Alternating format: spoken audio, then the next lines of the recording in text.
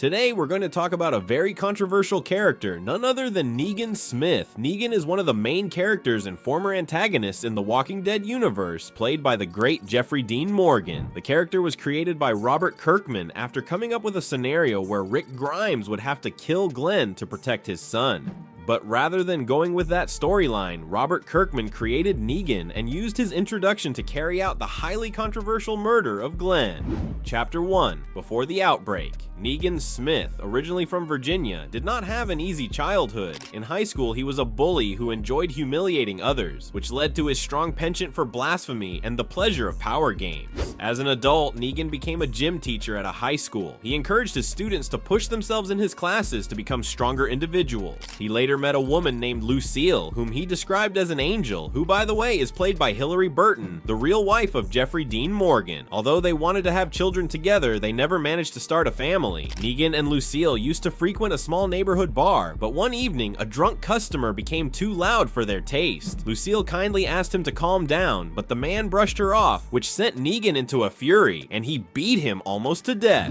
Unfortunately, the man was related to two students at his school. Negan was fired because of this. He gradually became depressed and started an affair with his wife's best friend, Janine, refusing to return to college or find a new job. Negan spent the little money he had on video games, gaming day and night, but the last straw was when he bought a $600 leather jacket, which sparked a huge argument with his wife. The next day, during an MRI, the doctor told Lucille she had cancer. She took the news on her own because Negan was too busy fooling around with Janine. It was when she tried to reach her husband or best friend, both of whom were on voicemail, that she realized Negan had been cheating on her. With the cancer diagnosis, Negan immediately broke up with Janine and devoted all his time to Lucille. At the time of her cancer diagnosis, the pandemic had just begun. Chapter 2. The Beginning of the Outbreak. At the beginning of the outbreak, Negan and Lucille lived in their basement, where they survived thanks to an external generator. Negan now had one goal in life: to continue taking care of his wife. Occasionally, he received medication from a roaming medical caravan, which included Laura, a woman who would follow him through his entire adventure. She also gave him the baseball bat. At this time, Negan was not the man we know today. He was a broken man, watching his wife die day by day. One day, he became so overwhelmed that he couldn't kill a walker. His wife, hooked up to an IV, had to do it. Lucille had always been his pillar, supporting him in his choices, always seeing the good in him, wanting to do anything to save her. He spent his days searching for more and more medication, but one day, unlike any other, Negan came home and discovered that Lucille had committed suicide to relieve him of his responsibilities and the burden of the illness holding him back. With immense sadness and regret, he gave his wife eternal rest. Walking down the street, he rolled his barbed wire bat and renamed it Lucille in homage to his beloved. It was at this precise moment that the Negan who would terrorize Rick's group was born. Chapter 3. The Birth of the Sanctuary. A few months later, Negan formed a group of survivors which he called the Saviors, inspired by his former school mascot. The group's headquarters became a factory called the Sanctuary after Negan took leadership. Some survivors who had lived in the factory long before him told him the story of a man named Simon, who had imposed some sort of tax on a group, but one day this group rebelled. Under Simon's orders, the Saviors killed all the men in the group, leaving only the women alive. After Negan heard about Simon's role in this event, he made him his right-hand man. Over time, Negan became hardened, asserting his leadership and creating a fervor around his persona within his community, but maintaining one rule: a life is a resource. One day, Simon came to warn Negan that a member of the Saviors, named the Croat, had broken the rules by torturing a child to death. Negan had no choice but to get rid of him, but he missed his shot, merely wounding him. The Croat disappeared soon after. Over the following months, Negan developed the Sanctuary, which now had over 600 people. As a leader, he had to find a way to feed everyone. Moreover, in the factory where they were, there were no fields or space for cultivation, only concrete. To solve this, he used Simon's technique. He set up several outposts throughout the region. These outposts operated autonomously, led by a lieutenant, and were manned by many Saviors. They were tasked with finding other communities and submitting them to Negan's will. Typically, each outpost had at least one community. Chapter 4. The Kingdom and the Hilltop. Negan and his group discovered a community called Hilltop Hilltop after meeting their leader, Gregory. Negan sent a group of saviors to demand half of the community's resources every week. In exchange, he offered safety and security to force the group to cooperate. A savior killed Rory, a 16-year-old boy, which worked, and the exchanges took place. However, it wasn't so simple with another community called the Kingdom. After meeting their leader, Ezekiel, like with Hilltop, they demanded half of their resources every week in exchange for safety and life. But the negotiations were complicated, and Ezekiel managed to negotiate the terms. Exchanges would indeed take place every week,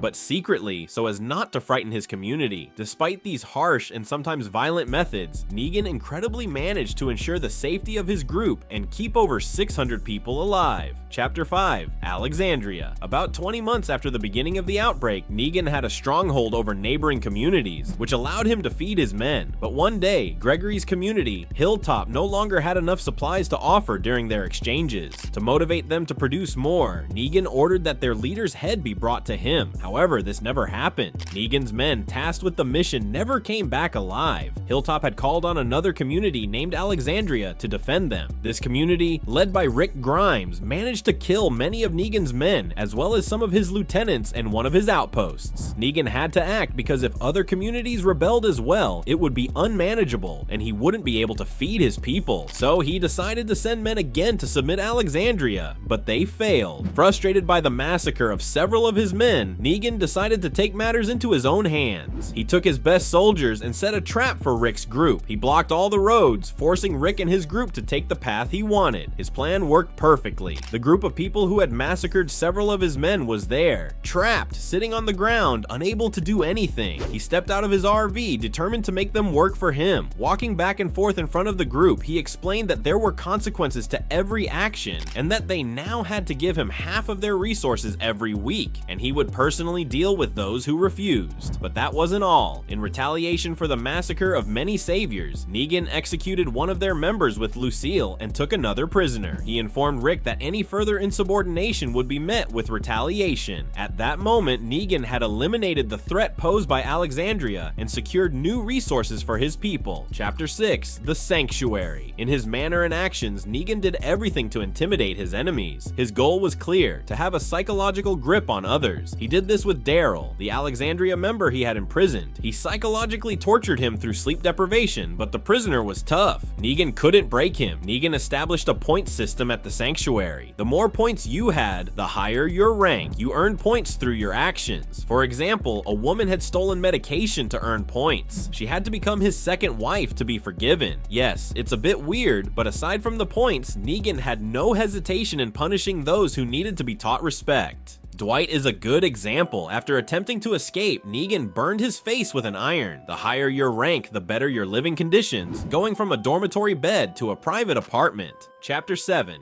The Grip. During his first visit to the Alexandria community, he was accompanied by several soldiers and the prisoner on site. He imposed himself, looking down on the residents. Rick Grimes no longer flinched. He forbade anyone from speaking to Daryl, or they would face the consequences. For this first visit, he had to make a good impression. He would decide which supplies to take. As mentioned earlier, Negan always wanted to create a family. He loves children, which is why he never harmed Carl. He killed several members of Alexandria, but never their leader Rick, not wanting to make him an orphan. In an attempt to justify his actions, he brought Carl to the sanctuary to show him why he did what he did, that the resources he received from the communities were meant to feed his own people. He forced Carl to remove his bandage, humiliating the boy, who started to cry. In a very rare act, Negan apologized for hurting him. He told him he had forgotten he was just a child. He then brought Carl back to Alexandria, where he discovered his little sister Judith. At that moment, he became a different man. He decided to cook them spaghetti bolognese.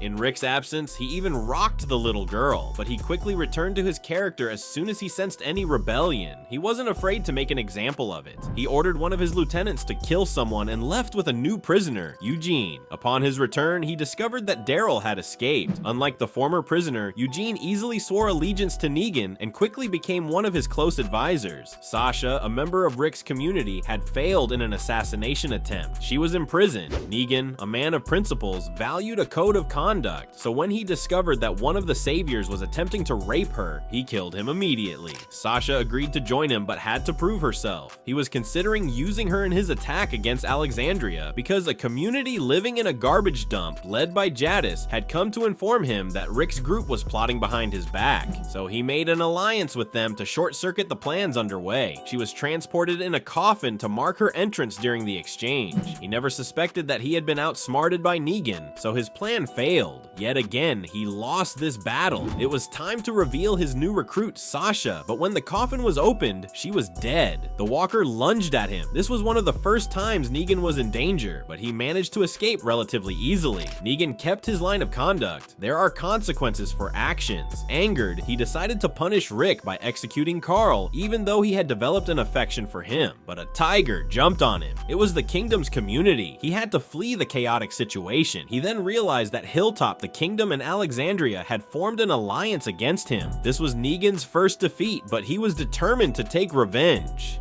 Chapter 8, The Beginning of the End. Following his defeat and the rise of the enemy, Negan's plans began to derail. After an attack from Rick's group in which he was injured, he began to lose his mystique. But after this defeat, he knew that there was a mole in the sanctuary. He could never win against Rick if he didn't find out who it was. So he tasked Eugene with finding this mole to regain ground against the enemy. He decided to go to Alexandria. The goal was simple. Either Rick was brought to him to be executed, or he would lay siege to the town. The latter option was implemented. He set fire to the town. He was ready to do anything to find Rick.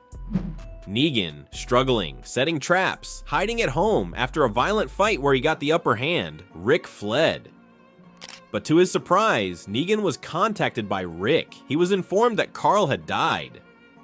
Negan wasn't really affected by this news. He saw Carl as the future. Moreover, Carl had left a letter asking Negan to end the war and make peace with his father. Rick ignored his son's letter. For him, peace was impossible. Negan condemned Rick's decisions and explained to him that all these losses could have been avoided if they had just submitted to him. Negan quickly saw himself as a failure, both as a leader and as a father, and implored Rick to surrender, seeing that the war had cost him more than he had gained. Chapter 9, The End of the Saviors. To end the war, Negan came up with a plan to set a new trap, but for that, he needed ammunition. He entrusted Eugene with his own outpost, a small team tasked with making ammunition. On the way back, Negan was confronted by Rick. They fought, but this time, Negan was defeated. Rick told him that Simon had massacred the entire Jadis community, something Negan had forbidden. On the way back to the sanctuary, he encountered Laura, who informed him that Dwight was the mole, but Negan played it smart and decided to use this information to his advantage. Upon returning, he had to settle the Simon issue. The two strong personalities faced each other, having reached a point of no return. They clashed in front of everyone. Negan got the upper hand and started to choke Simon. He clearly did something he didn't enjoy, but he was so enraged by Simon's actions that peace was no longer possible. He saw himself forced to kill everyone, something Negan had always wanted to avoid, because a life is a life. Simon eventually died by Negan's hands. He named Dwight as his new right-hand man. His plan was simple. He outlined a battle plan to finish off Rick, fully knowing that Dwight would tell everything. This plan was deliberately designed to lead Rick and his group into a trap. Negan predicted that Rick would send a scout team to check if Dwight's claims were true, but Negan was a sharp strategist. He had planned everything. He had sent Simon's men with a precise map of the attack location and instructed them to go there. As expected, Rick's men killed the saviors and took the map, thinking they had uncovered his plan. But Rick's army advanced toward the ambush site, and they were trapped. The whistling began, and Negan contacted them one last time to taunt them before their inevitable execution. At the end of the countdown, the saviors fired. However, Eugene had sabotaged all the ammunition, and it backfired, killing many of the saviors. This was the turning point. Negan fled, pursued. One of the final battles began. Negan gained the upper hand and revealed that when he killed Abraham and Glenn, it wasn't an accident. He had deliberately avoided killing Eric so Carl wouldn't see it. Negan was almost in tears as he spoke of Carl, but when you're too kind, people take advantage of you.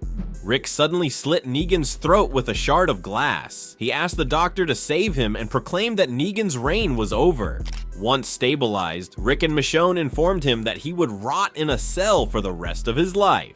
Chapter 10, The Rebirth of Negan. Days passed since Negan's defeat. He spent his days in a basement cell in a house. Negan was destined to die there. He was on the verge of a mental breakdown and refused to eat. During a conversation with Michonne, who brought him his meal, he opened up. He admitted that he was glad his wife had never seen him like this, revealing that he had wished for a child like Carl. Negan no longer wanted to continue living under these conditions. He begged Maggie to kill him, crying. He only wished for one thing, to be reunited with his wife, Lucille. But that wouldn't happen today. Days, months, and years passed. Over time, Negan began talking to Judith through his window. She kept him company, giving him a reason to live again. Little by little, he changed and proved it during a snowstorm. He risked his own life to rescue Judith in distress. After that, he was allowed to go out during the day to work. He helped the camp fend off walkers. His redemption began, and people started to see him in a new light. One evening, he received a visit from Carol, who offered him the chance to fully redeem himself. In secret from the others, she proposed letting him out so he could infiltrate the Whisperers and bring back Alpha's head, their leader, which he did brilliantly. Gradually, he gained their trust and eventually became a full member of the Whisperers, wearing his own mask. Negan is very intelligent and incredibly skilled at reading people and exploiting their weaknesses, as we saw when he immediately figured out that Carl was Rick's son and that Rosetta had a relationship with Abraham. He also deduced that she was looking for her daughter, Lydia. He used this to lure her into a trap, fulfilling his mission perfectly. He is now considered by Alexandria. He developed a special relationship with Lydia, wanting to help her get through this. He even served as bait for Daryl to kill Beta and permanently eliminate the Whisperers. He is now a free man, but Maggie's return could change everything. Chapter 11. It's a complicated situation for him. With his life in limbo, he is constantly on edge, fearing he'll get a bullet from Maggie. He knows that despite his apologies and no matter what he does, she only wants one thing: his death for what he did to Glenn.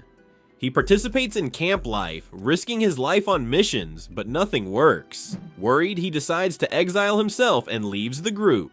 Months later, we find Negan married to a woman named Annie, who is pregnant.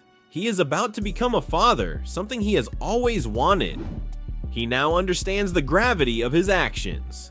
He deprived Herschel of knowing his father, and he will regret it forever.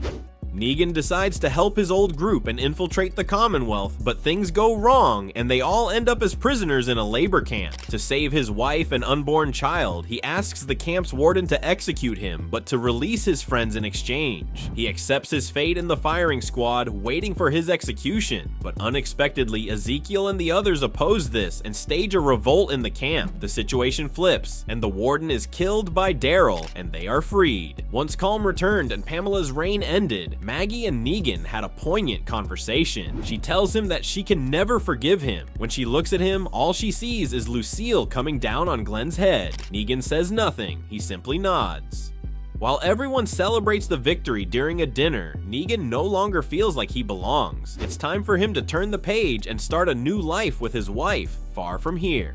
Chapter 12. New York. After leaving the Commonwealth, Negan rebuilt his life with his wife in the small town of New Babylon. He lived there quite peacefully. Annie gave birth to a baby boy named Joshua, but one day, something went wrong. His wife was severely assaulted by a group of men. Negan went mad, tracked the men down, and killed them. As a result, his head was put on a bounty. He sent his wife and son far from him to Missouri. Then he began his run, gradually becoming the same conflicted Negan from the Sanctuary. To survive, he was hunted by the Marshal of New Babylon, so he lived from plan to plan until the day Maggie found him and asked for his help to save her son, who had been captured by the Croat, a former member of the Saviors he knew well. They owed him, so he accepted, risking his life, but being too kind often backfires. It was a trap. Maggie's goal was to deliver Negan to the Croat in exchange for her son. No matter what he did for Maggie, she only wanted one thing: his death. During their brief meeting, Negan warmly greeted Herschel, letting himself be taken to certain execution after what he did to the Croat at the Sanctuary. But he was wrong. The Croat, who worked for a woman, was desperate to find Negan in order to use his leadership skills to reunify all the communities in Manhattan and create a single, unified community. Thank you all for watching this video. If you want us to talk about a specific movie or show, feel free to let me know in the comments below. Thanks in advance for your thumbs up or subscription. It helps the channel gain visibility and contributes to its growth. Stay tuned, more videos will come soon to the channel, so take care and see you soon.